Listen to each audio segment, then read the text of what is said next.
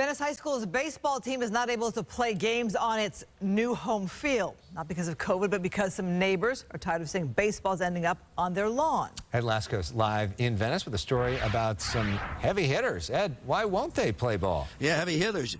Yeah, Alex, and you said it great before. A field of dreams really turned into a field of nightmare for the varsity baseball team at Venice High. Why can't they play ball? Problem with the field, left field especially. To the video, check it out. This from Sky Fox, and the problem is that left field wall right in the corner. It's a short poke, maybe about 300 or so feet, and so if a hitter really gets a hanging curveball and rips it down the left field line, they've got a 30-foot high fence there, but again, a towering home run could go over that fence. Some new neighbors moved in, particularly one neighbor in the left field area, concerned about baseballs flying over that fence into their home, possibly getting hit by one of those home run baseballs, so they've threatened a lawsuit.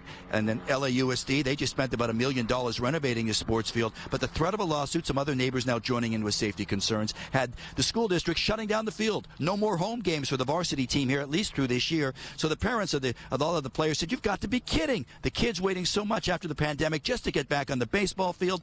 So now the school district, LAUSD, out with a possibility of making this all work out. A special email they sent to all the parents over the weekend. Listen to what they have in mind. There's an email that went out over the weekend to the neighbors offering them either $1,200 to let us play 4 more varsity baseball games and 2 varsity softball games, or otherwise they would put a net up in the person's backyard so they could enjoy their backyard if they didn't want to take the money. Does that even make sense? In a lot of ways the money does, but the net, it seems like, I don't know how they would pull that off.